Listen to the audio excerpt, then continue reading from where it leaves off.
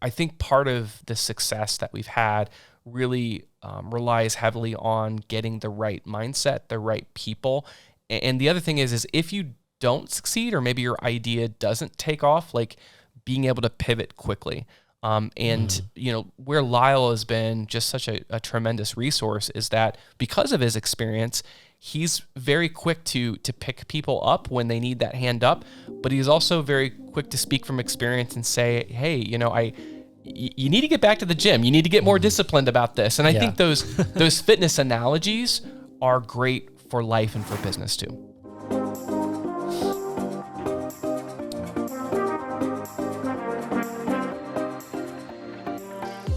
Hey everyone, my name is Ethan DeLeon, and I'm here with our founder and CEO, Jason Duff. Today we have someone who operates as a coach and a consultant to our team, and a local entrepreneur, Lyle Endsley. We want to welcome you to the Friday Small Talk podcast, where we try to share some of the valuable lessons with what we have learned about entrepreneurship, real estate, economic development, and more. The point of this podcast is really to create value for you, the listener, and to create a space to learn, talk about what's trending, and inspire others. So, Jason, would you like to introduce our guest for us? Thanks, Ethan. Yeah, I'd love to. Today, excited to have Lyle Endsley on. He is the founder and CEO of Anytime Fitness of Lima, and he'll share more about the journey of selling that, and then Anytime Fitness of Bellefontaine and the Loco Depot. But Lyle's been a friend and just someone I've really admired, and as a mentor, the past several years, getting to know him, his DNA, his leadership, his just coaching and support is all throughout Small Nation and through downtown Bellefontaine. So it's great to have him on the show today. Hey, appreciate you having me. Yeah. Welcome, Lyle. So as someone who graduated from the Lima area, can you want to break down a little bit where you're from and how you got involved in the community? Sure. A little bit of a story, but born and raised in Lima, Ohio, went to Shawnee High School. Nice. Graduated and went to Bowling Green State University, I think just like Adam. My major was communications, radio, television, film. And, wasn't exactly sure what I wanted to do, but I knew I wanted to do something in the media. Mm-hmm. And about that time, cable was starting to come around. Actually, TBS, which started out as Channel 17. You're too young for that. But I figured that's maybe where I wanted to go. And so I started down that path and went to South Carolina first and worked at some cable companies. And just through some moves and everything else, I ended up at a newspaper in Georgia. Wow, you moved all over the place. Man. Yeah, I counted one time all the times I've moved, and it's a lot. So I've learned to minimize, my stuff. But I started in Columbus, Georgia. That was really the beginning of what I'd say my career with newspaper circulation marketing. I was public affairs manager for a couple of years, and then was there 5 years, went to Toledo, which got me closer to home. Both our kids were born in Columbus, but I wanted to get closer to Ohio with the grandparents and everything. And so took a job at Toledo Blade from 91 to 98 and worked various positions there, worked my way up from operations manager to assistant circulation director. And then I got contacted by a headhunter to go to the LA Times around 97. And never thought I would go west. And actually, I turned the first offer down. I did the math on the cost of living and everything else. But 6 months later, they came back around to me again. Didn't quite give me what I wanted, but it was close enough that I made the jump, knowing that I couldn't have gone much farther in Toledo. So I knew that the ceiling was a lot higher in LA. And loved it. Great time. Spent 7 years there, and then finished my career in newspapers at the Sacramento Bee. And so that was my last 3 years. So what kind of work did you do while you were out in California with the newspaper? A lot of fun stuff, actually. I was always in circulation marketing. I'd say probably my favorite jobs. I took over all of single copy operations, which are the racks and the papers you buy at stores. So I worked with a lot of retail partners and hosted a lot of events at the Staples Center, Dodger Stadium. I was able to take batting practice there. Wow. I hosted a lot of games at the Staples Center, and when you're doing it, you don't really think that much about it. But when you look back later, think, hey, that was pretty cool. Yeah, I was just going to ask you that. I think I have that teed up as like, what is one of the craziest stories or coolest experiences you got to like while working out there? Well, I'll tell you, there's quite a few stories, but this one sticks out that I was, at one time I was overseeing the Orange County edition. It was in Costa Mesa. They had two editions. They had the LA, and then there was the Orange County Register out there, which was a competitor. So they actually had a LA edition in Orange County. And so I was overseeing that. And the guy that I worked with got some tickets for the baseball game for the Anaheim Angels. I think they're Los Angeles Anaheim, but back then they're Anaheim Angels. And he goes, hey, why don't you come to the game with me tonight? So I went home, came back, and, we had like dugout seats. I mean, these were right behind home plate, and, the suite, the food, and all this other stuff. And I come walking up, and he goes, where's Chad? That's my son. And he had wanted me to bring him to the game with me, and I didn't realize that. So it was the Mariners. Ken Griffey Jr. was there. They're playing the national anthem, and he kind of nudges me. I look back, and Ken Griffey Jr. had come into our suite and was taking some potato chips and stuff. And so I have that memory. He doesn't. So did you break the heart of your son when you I did tell him. I made it up in other areas with them. We went, the Staples and saw a Lakers game and all that kind of stuff. But it was a lot of fun. But as most people know, newspapers about that time, around 2000, early 2000s, the internet just really wreaked havoc with, the paper industry. And I knew that I was either going to have to, suck it up and just say, this is a dying industry, and, I could probably hang around for 15 years and count my days of the calendar and survive. Yeah. Or, I was going to have to do something else. And I went to Sacramento. I was probably about ready to leave the industry anyways, but my former boss had moved up there and sweet talked me into, hey, come join me. And I did for 3 years. And it was good. It gave me time to kind of, look back and think what I wanted to do. And he was very supportive. And that's when I made the change in my career. I finally decided it was time for something different. When you're 45, 46, and suddenly you're looking to make a career change, you have to really kind of take that leap. And it's all I knew. But through the course of managing divisions, people, you can duplicate that in a lot of different fields. And I'd started working out probably 30 years prior, and I always said I loved going to the gym.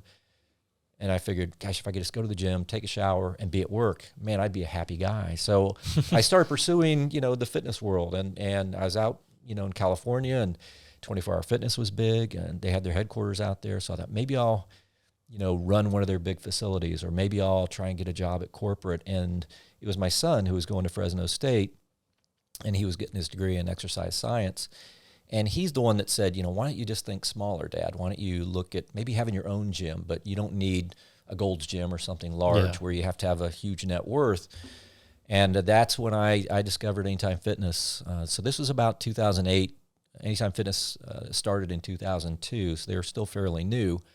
And I visited a couple places. I was impressed with their model. I started doing research. They had where you could call in and they'd give you information. And I actually purchased a territory in the Sacramento area, one of the suburbs.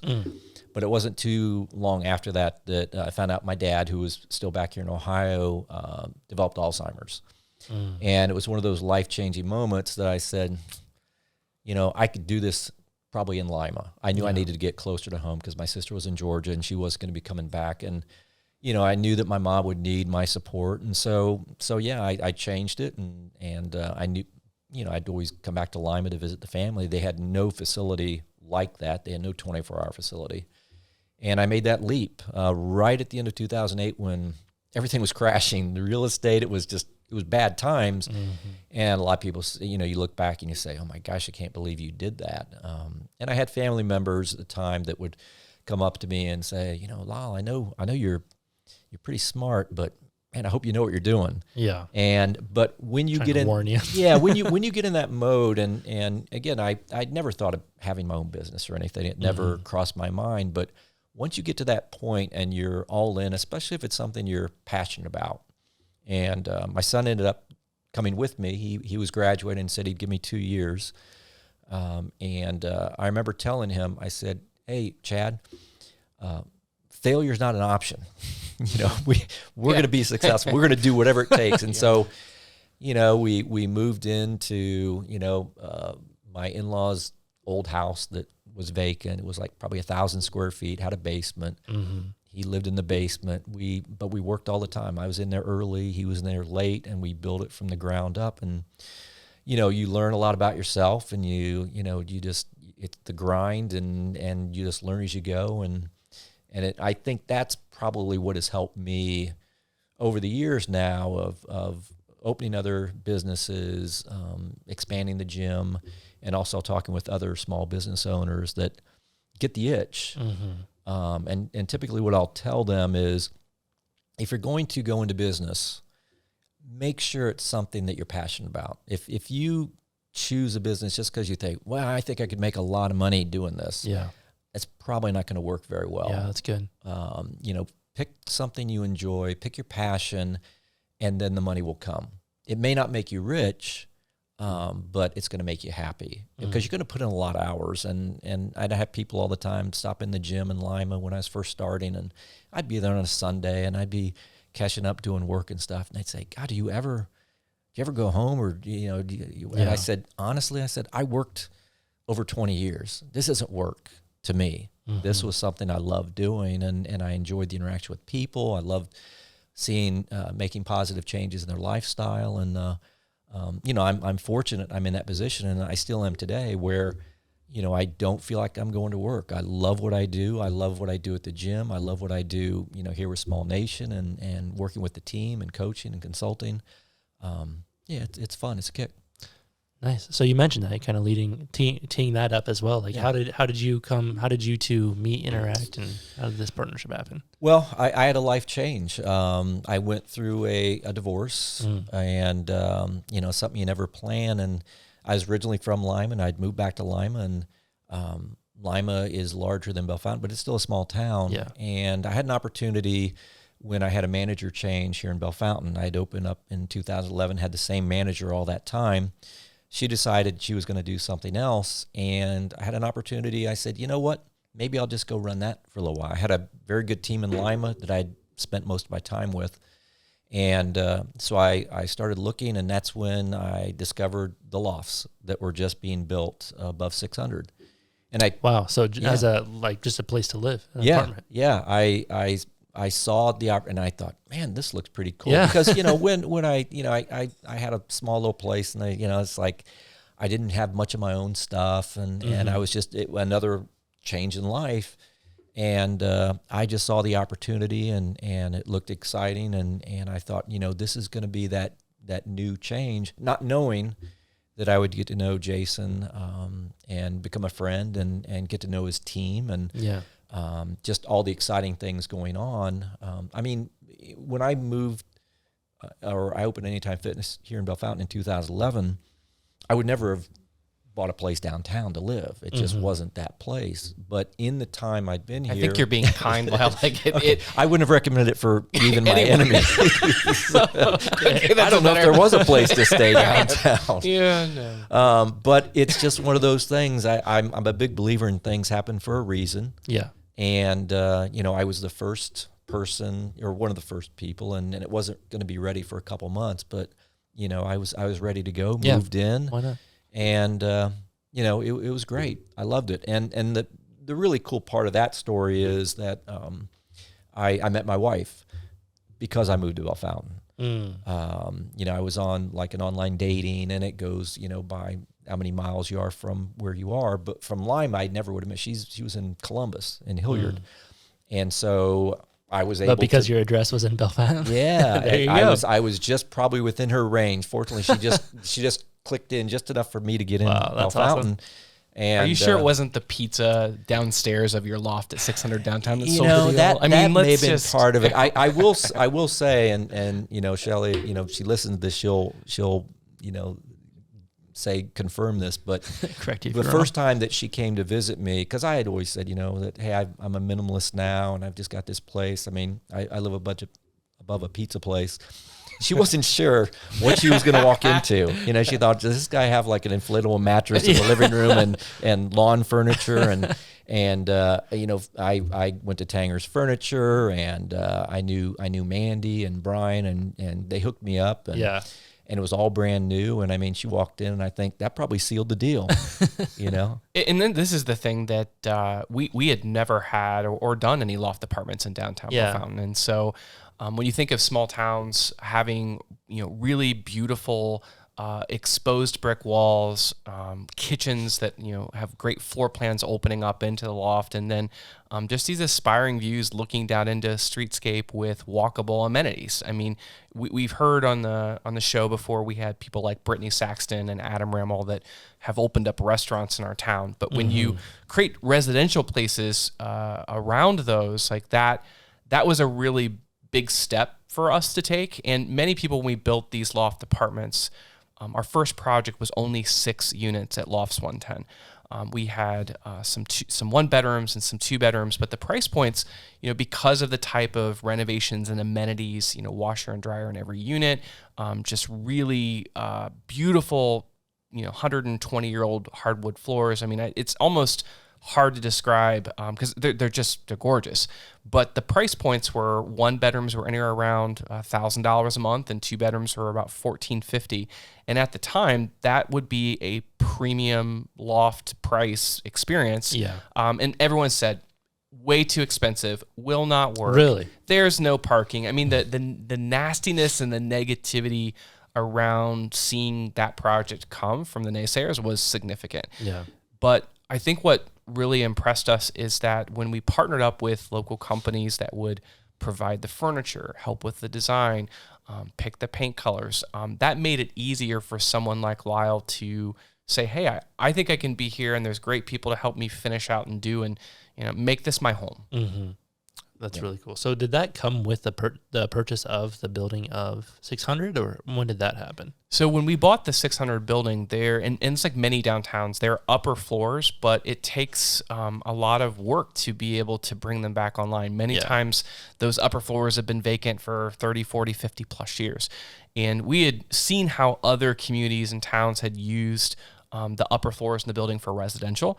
And it takes, you know, finding an architect and a design professional to help you navigate the building codes. And then you've got to get the financing from a bank to be able to support the project. And I'm not going to say that was easy. It really took getting the right partners around the table that could help us visualize what that pro forma, what the plans and drawings, and what the end product needed to be. But once we got there, I think another creative idea is we worked with our local United Way, and we did a loft and hidden spaces tour.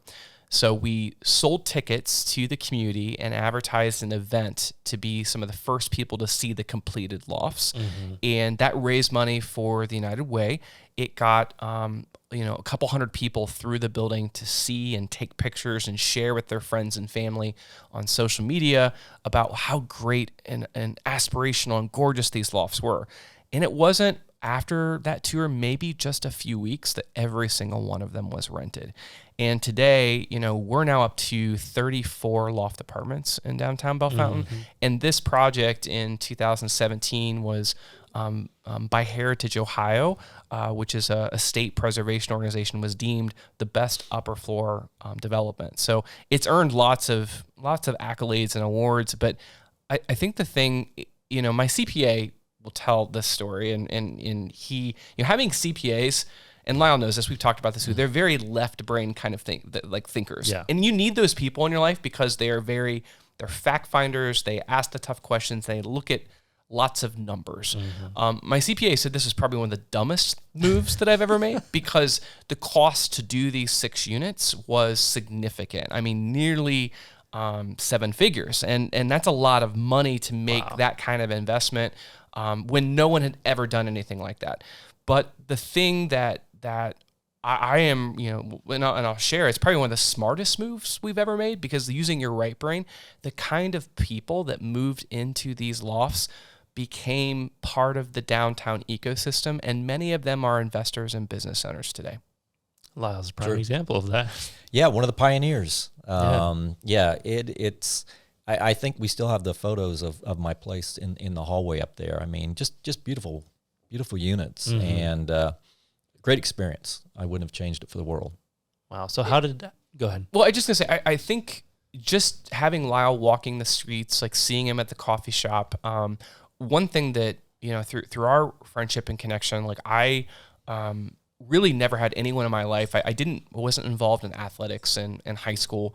And health and fitness was always something that was pretty intimidating to me, where I run into a lot of folks that say the same thing about owning a business or becoming an entrepreneur. And for me, like my natural background is I grew up with that and I have a lot of experience with that. And I like teaching and coaching others that have that same dream and passion and ambition too. So I think some of our conversations were just about those things, like Lyle thinking about how next steps of how he would want to grow and his investments and also ways that he could expand and improve his business. And so things started out casually, and I would say the same thing, like Lyle, like I'm getting older and like my body's starting to hurt and I'm noticing that my metabolism is starting to die and like what would your advice be? And I think that's the thing about what I love about small towns and just those random connections is that you build these intimate relationships with people. And I think, that conversation led to, hey, my lease renewal's up. And how are you, thinking about the town and where it's growing? And I think that's where we started a conversation about what you should do. Right. Yeah, it actually dovetailed with what we did in Lima a few years earlier. Because when we started out in like 2008, 2009, at that time, the typical Anytime Fitness was only about 4,000 square feet, which is pretty small. When we opened in Lima, the first one was 4,800 square feet. Bellefontaine, when at Kroger Plaza, we were at 5,600. But it's like anything else. Once you open and you kind of learn and see the patterns and see what's working, what isn't working, and I had a 5-year lease in Lima, I knew after a few years that I wanted to get larger. I didn't have enough space. And one thing about Anytime Fitness that I really enjoy is they give you a lot of freedom. I mean, you have rules you're supposed to follow and everything else, but they do give a lot of leeway.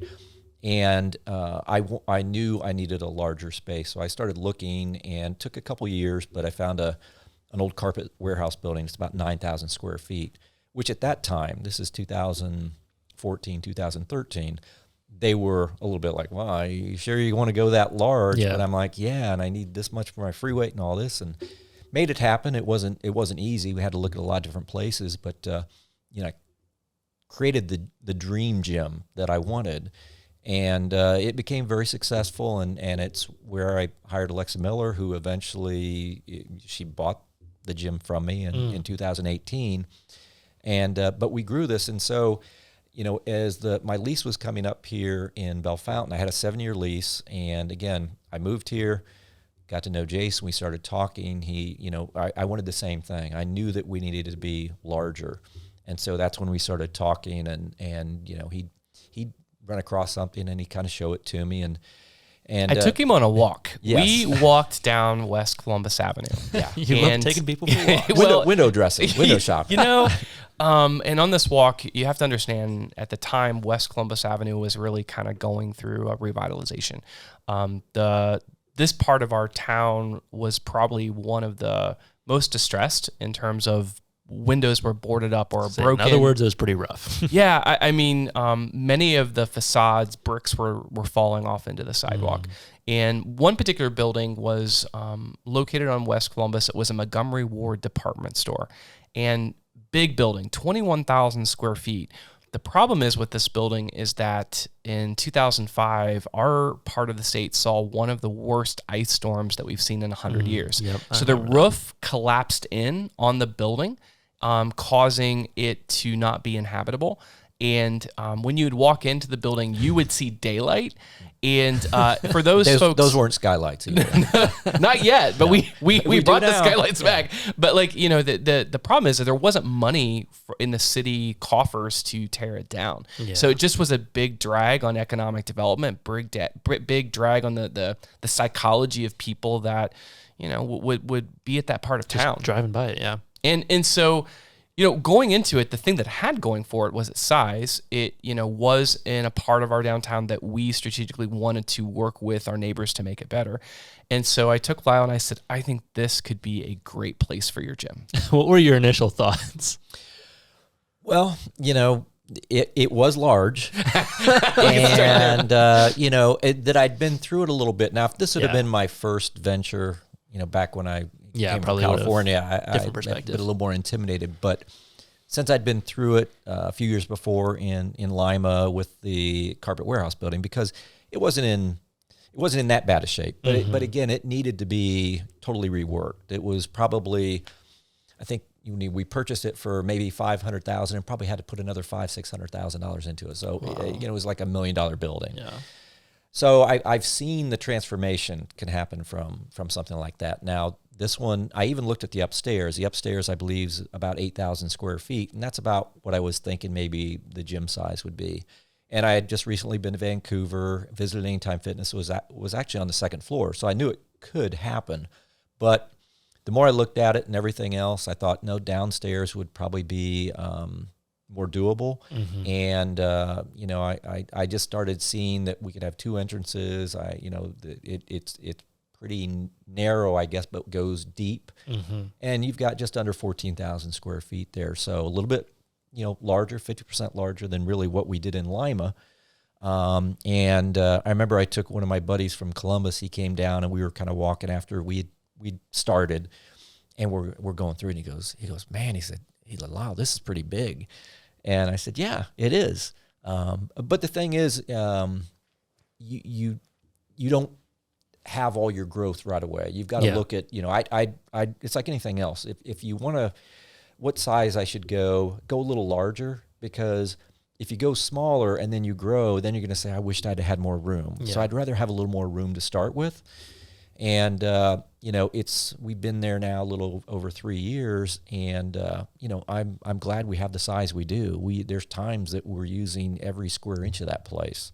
And so it's been wildly successful. But one of the stories, we like to tell people when they take a tour, and Jason talks about, the ceiling back in 2005 and all this other stuff, that being a franchise, I had to get permission from Anytime Fitness. Yeah, it's not like you were just operating on your own. Right. And so I told them what I planned to do. And of course, then they pulled up Google Maps or photos from who knows when they were from, but it was back when it looked pretty bad. Rough. And they kind of like, do you really know what you're doing? Because this doesn't look good, because you're next to a Kroger. They like a big anchor store like that. That's typically what most of them are. And but I had a good track record with them, and so I got the green light, fortunately. And now they'd be probably the first to tell you that, hey, what a great move that was, and it has been. And just a comment about that. So when you first made the announcement to your members that you were moving from the shopping center right next to Kroger, where there's huge parking lots, and they'd been used to going to that location, tell me about some of the comments. Well, I'd say most of the comments they were worried about parking, and that was pretty universal. And you have to realize that kind of spoiled. You're there in a big, parking lot, and they can park right by the door, and they didn't, and they didn't have to walk very far. And I always kind of kidded. I'd gone to other gyms, and when I was in California, and large gyms, and you're going to a gym, but I'd still be behind a car with its blinker on because it wanted a parking space nearby, and I thought, you can't even walk really, to the people? So I knew that there'd be that perception, that concern, but I knew that people, when they go to say a Walmart or something, if they actually track how far they had to walk to the entrance, they'd realize walking into the gym from where we are downtown is a walk in the park compared to that.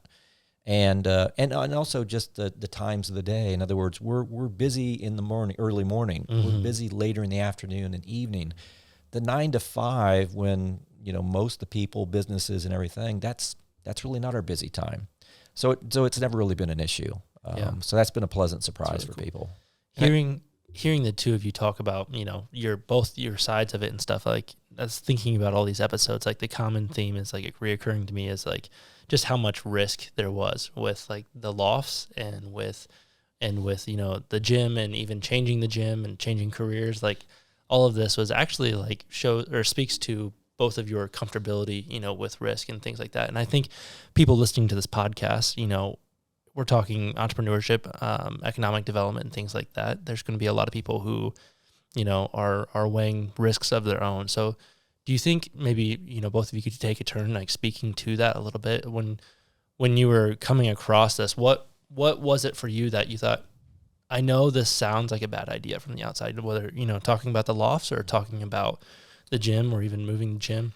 Well, I'll talk. This came up recently. We're talking coaching people about risk and kind of putting yourself out there and confidence and whatever you want to call it. But I'll go back to my newspaper days when I was in Toledo, and the general manager there. I actually had a previous job offer before L.A. was San Francisco, and he'd come from San Francisco, and we were at a holiday party or whatever, and he put his arm around me and he didn't want me to go, and he said, Lyle, he says, you can go and you could do really well, but he says, there's only about 20% of people will make a move. The other 80% play it safe.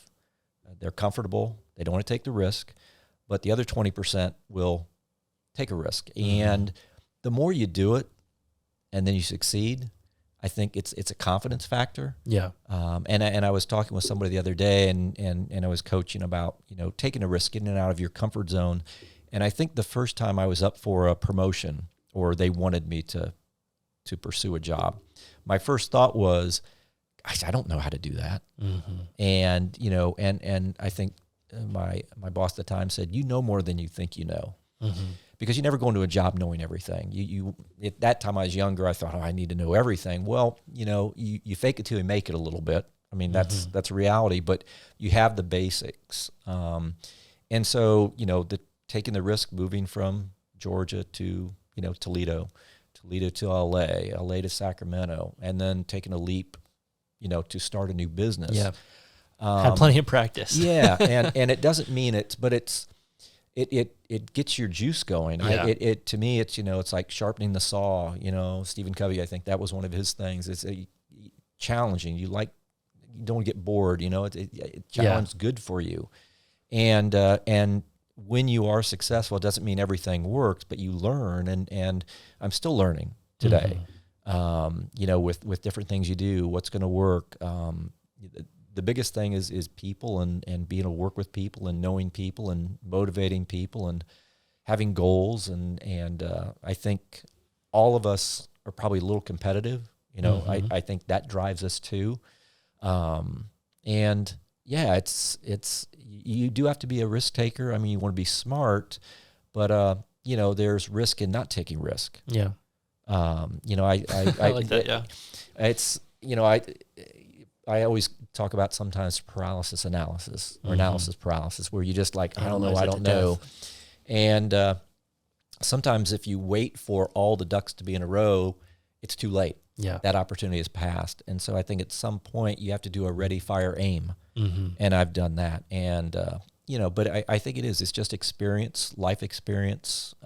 And the more you do it and you come through it, not everything works, but you learn from it and grow. And, don't be too hard on yourself. You're going to make some mistakes, but don't continue to make mistakes. Learn from them. And that's, I think, one of the things I bring to the Small Nation team, that I don't have all the answers. I can just speak from what's worked for me, experiences, but we have a lot of talent, and maybe people haven't been exposed to things, or we have somebody new coming in that they have this idea and they want to start a new business. It's just some basics that, maybe I didn't have somebody telling me about that, hey, make sure you're looking at this, make sure you have enough money in the bank, to last for 6 months or a year. You're not going to turn a profit from day one. There's all these basic things you learn, but yeah, you got to have a little risk. Yeah. Because the rewards are good too. Yeah. I think what I love that we've created in this culture and ecosystem, and this is some Small Nation values, is that we have a group of people that are really hard workers. They usually have got this unique skill, and there's kind of two paths that I see with people, is that we found a lot of personalities that either are entrepreneurs, meaning that they are comfortable with that risk, they're comfortable with the idea that that they may fail, but they want that path or that energy or that possibility. And then this is another term that I got introduced to a few years ago, and I really like it. It's called being an intrapreneur.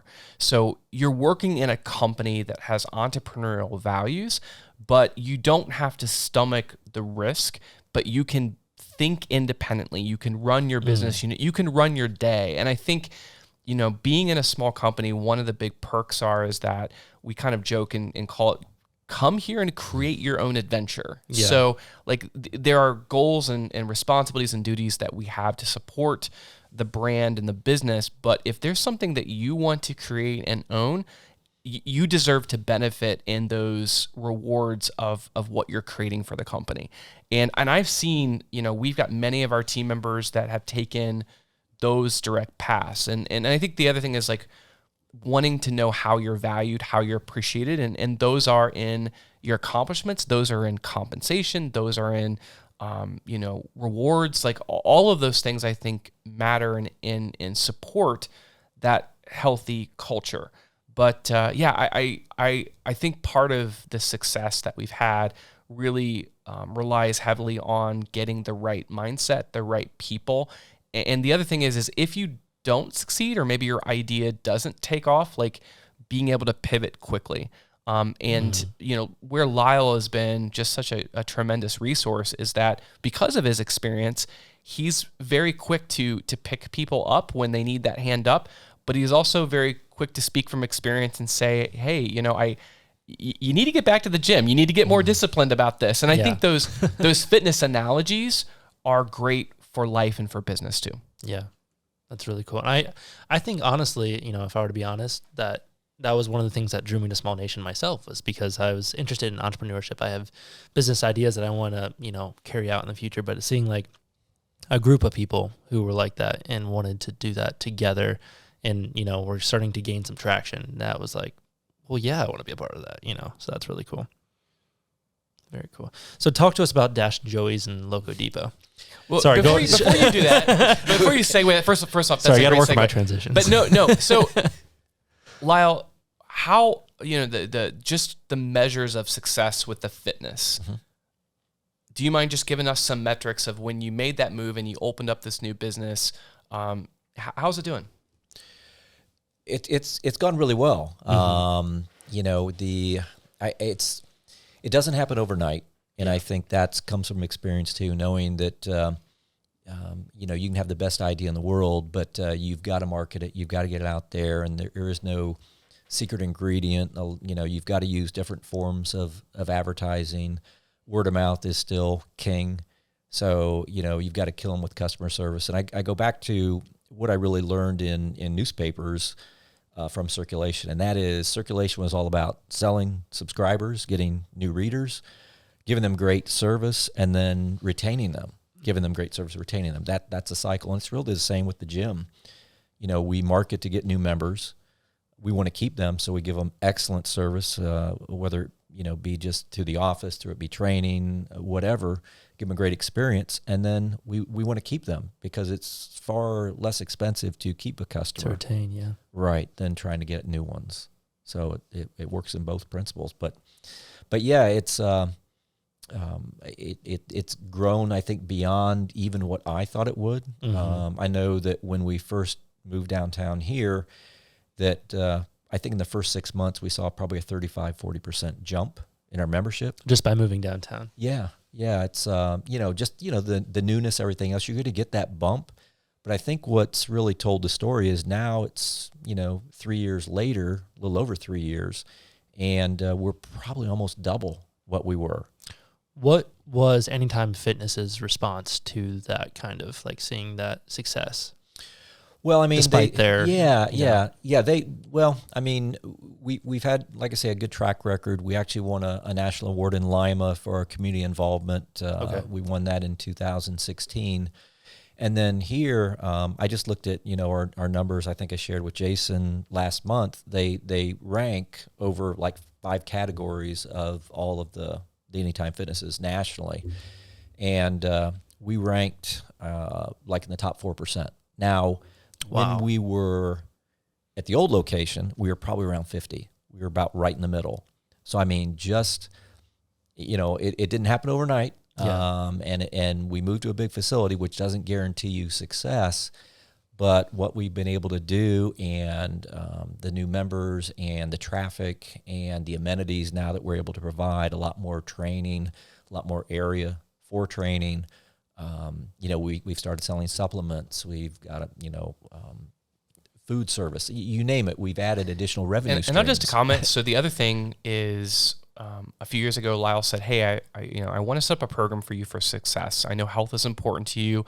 You live a pretty high-paced, high-stress life. Like, this is the time to dial some things in." So he set me up with a program that I do group training, small group training with trainers and professionals from his gym. And I've been doing that now for a little over a year. And I'm probably the strongest that I've been in my entire life. And part of that is by working with people that I'm excited to go and be around with, where they're coaching and mentoring and giving me advice on how to lift, how to train, how to exercise. The other big thing that I learned going through some of his programs, it's not just the exercise, it's what you eat and nutrition and sleep. And there's all these other factors that contribute to your overall health. And so, one of the food programs they have is that I have fresh salads and meals that show up in the fridge at Anytime Fitness. So on Monday morning, I pick up my meal plan for my lunches throughout the week. And for someone that's really busy and has a very demanding lifestyle, knowing that I've got a healthy option in the fridge here at the office, that has been immensely valuable to improving the quality of my life. That's great. So some additional, like, more than just the Anytime Fitness. Do you call it a franchise? Is that? It is a franchise. Okay. I've owned it since October 2008. Okay. And so, like I say, I sold Lima in 2018. May 9th will be our 11th year here in Bellefontaine. We've continued to grow, evolve, and I think that's a thing I enjoy too. And we talked about being able to make changes quickly, and I always talk about larger businesses or corporations that have to go through layers of like boards, and if they want to make a change, it's got to be voted on. And again, maybe that opportunity gets missed because you have to wait so long. With us, we could meet today and say, "Hey, we're going to change this tomorrow," and we just do it. Yeah. That gives us a huge advantage. We're not like a big, ocean liner. We're like a speedboat, man. We can make quick turns, and that makes it a lot of fun. That's cool. So now, can you tell us a little bit about Loco Depot? Loco Depot is our training arm of the gym. It's where we do our group training. We do some of the small group training there too. We have community workouts, free community workouts on Saturdays at 8 a.m. Ethan, I haven't seen you at the Saturday workout. Way to call me out, Jason. I appreciate that. Now everyone knows. But it's really been the catalyst for us growing that part of the business, the training. We used to, in the early days here, we probably had maybe 2% of our members doing some sort of training. Now it's probably close to 12 to 15%. And it continues to grow. Nice. We didn't have that small group training that Jason's talking about until we moved downtown and had the room to do that. So we have large group, we have small group, we have spin class now, we have Strico boxing. We've got all these different things that you'd see in maybe a larger city like these boutique gyms.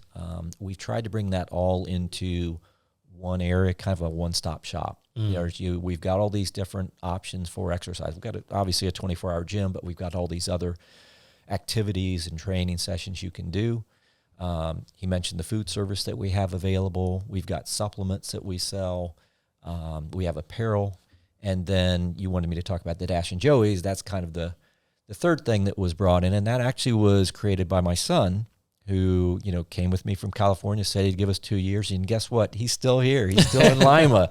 He did not leave. And he decided he wanted to go do his own thing. Yeah. And he came up with the idea, and again, being in California, we were used to smoothies and a lot of healthy options, and moved to Lima, and I think he was at Subway every day for a while, but he missed that. And so he looked at some franchises, and then he just decided, I'm going to create my own, and did the movie themes, create all the recipes himself.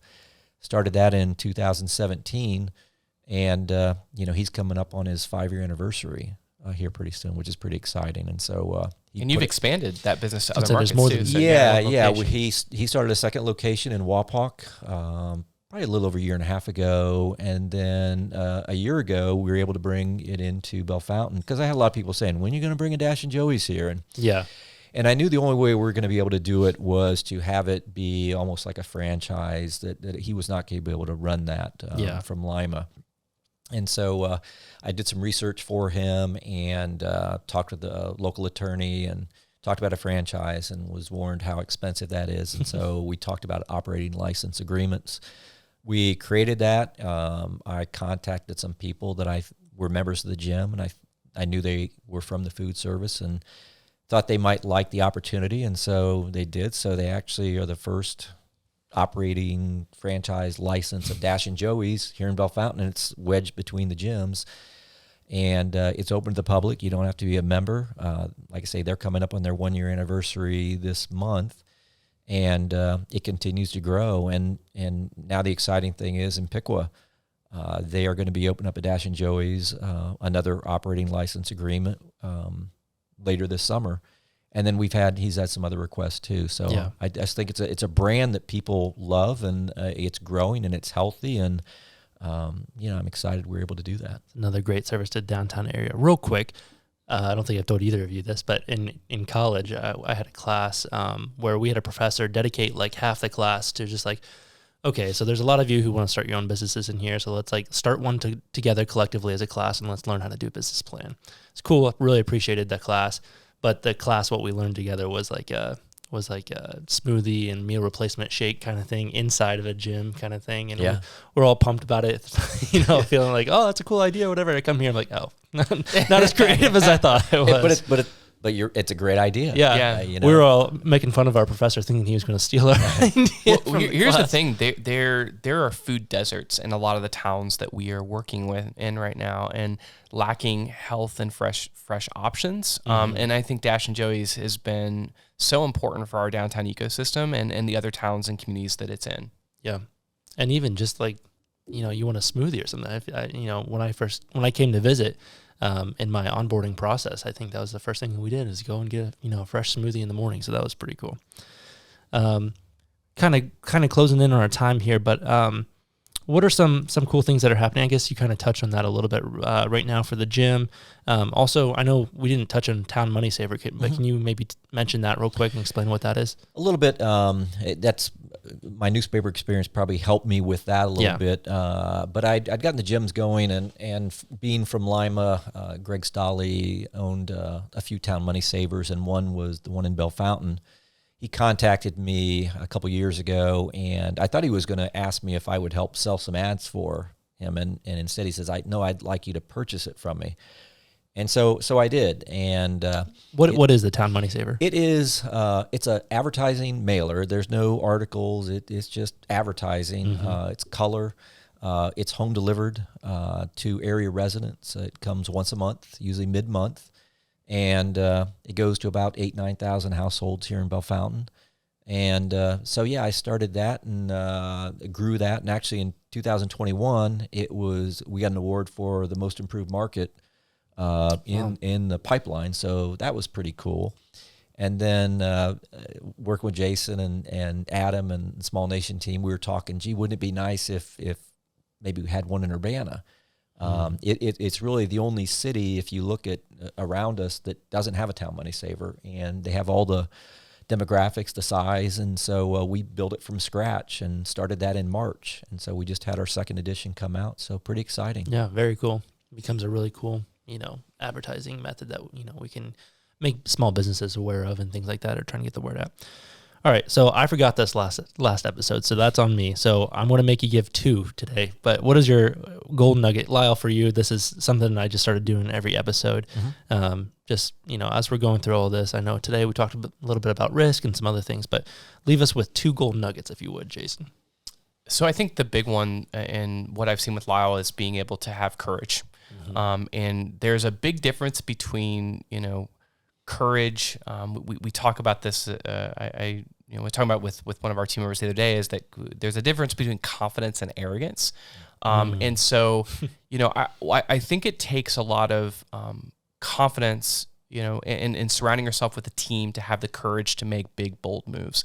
And, with Anytime Fitness, there's a lot of pride. And I think that Lyle has this too, that when we walk into that building and see the number of people working out, the smiles on the face, people working on their health, both mind and body, grabbing a healthy juice, and just how it's impacted the downtown ecosystem, those all things started with a conversation. Yeah. And I think the other thing, knowing that people go through life changes, being there to listen and help and support and provide solutions, that's another big theme. I think many of our entrepreneurs really didn't identify being an entrepreneur when they first started out. It was, they took the steps to have the courage to say, no, I want to do this. And they surrounded themselves with people that through that life change, help them win. And that could be, just like the analogy of me sharing, I want to work more on my health and fitness, or vice versa. Lyle saying, hey, I want to learn more about Bellefontaine and the real estate opportunities here. Those synergies, like, we are better because of those conversations and those life changes that happened. Awesome. Very cool. Yeah, thanks for sharing that. Lyle, if people want to find you or Anytime Fitness or anything, Town Money Saver, where do they find you? Find me in Bellefontaine. Good answer. Yeah, you'll see him at the gym. He's at the gym. I'm at the gym a lot. Yeah. Usually every morning I start my day out there. But yeah, our website, go to anytimefitness.com. You guys have social media and all that. Absolutely. So. Instagram. I always like TikTok. it. I follow some people who say, if you care, you'll find it. Like, people know how to navigate that now. So if There's you this care, thing called Google. Yeah. So, but yeah, go ahead and check them out. They're doing some really cool things, whether it's Dash and Joey's, Town Money Saver, Loco Depot, Anytime Fitness. I mean, the other thing is on the smallnationstrong.com website, on the success tab, we have listed the Anytime Fitness Loco Depot case study. In that case study, it shows the before and after pictures. It has Lyle's kind of background and story, and then some of the financial metrics and details of why it's successful today. Yep, there you go. So if you're interested in that, that's for you. All right, well, thank you everyone for tuning in and checking out the Small Talk podcast with Jason Duff. You can find us anywhere that you listen to your podcast, including Spotify, Apple Podcasts, and even the Small Nation YouTube channel. I hope you were able to pull some value out of that conversation, and we hope to see you in the next one. And if you haven't subscribed already and are looking for more of this kind of content, be sure to check out the Small Talk newsletter that goes out every week. Stay tuned to Small Nation on social media and keep up with everything that is happening here. There are lots of exciting projects in the works, so until next time, this is Small Talk with Jason Duff signing off.